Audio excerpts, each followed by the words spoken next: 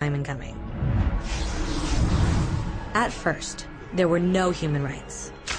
If you were in with the right crowd, you were safe. If you weren't, well, you weren't. But then a guy named Cyrus the Great decided to change all that. After conquering Babylon, he did something completely revolutionary. He announced that all slaves were free to go. He also said people had the freedom to choose their religion, no matter what crowd they were a part of. They documented his words on a clay tablet known as the Cyrus Cylinder. And just like that, human rights were born. The idea spread quickly to Greece, to India, and eventually to Rome. They noticed that people naturally followed certain laws, even if they weren't told to. They called this natural law, but it kept getting trampled on by those in power.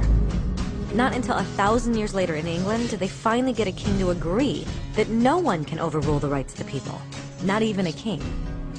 People's rights were finally recognized, and they were now safe from those in power. Kind of. It still took a bunch of British rebels declaring their independence before the king got the point that all men are created equal. Which isn't to say he liked the idea, but he couldn't stop them, and America was born. The French immediately followed with their own revolution for their own rights. Their list was even longer, and they insisted that these rights weren't just made up. They were natural. The Roman concept of natural law had become natural rights. Unfortunately, not everyone was so thrilled. In France, a general named Napoleon decided to overthrow the new French democracy and crown himself emperor of the world. He almost succeeded. But the countries of Europe joined forces and defeated him. Human rights was again a hot topic. They drew up international agreements, broadly granting many rights across Europe. But only across Europe. The rest of the world somehow still didn't qualify. Instead, they got invaded, conquered, and consumed by Europe's massive empires. But then a young lawyer from India decided enough was enough. His name was Mahatma Gandhi, and in the face of violence, he insisted that all people of Earth had rights, not just in Europe. Eventually, even Europeans started to agree.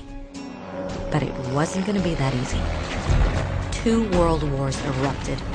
Hitler exterminated half the Jewish population of Earth in horrifying Nazi death camps. And all told, 90 million people died.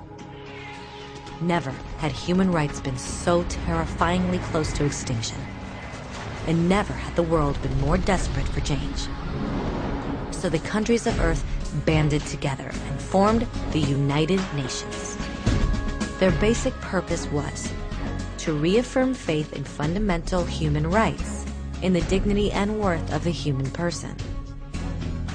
But what were human rights? Were they the proclamations of Cyrus, the natural laws of Rome, the declarations of France? Everyone seemed to have a slightly different idea of what human rights should be. But under the supervision of Eleanor Roosevelt, they finally agreed on a set of rights that applied to absolutely everyone. The Universal Declaration of Human Rights. The French concept of natural rights had finally become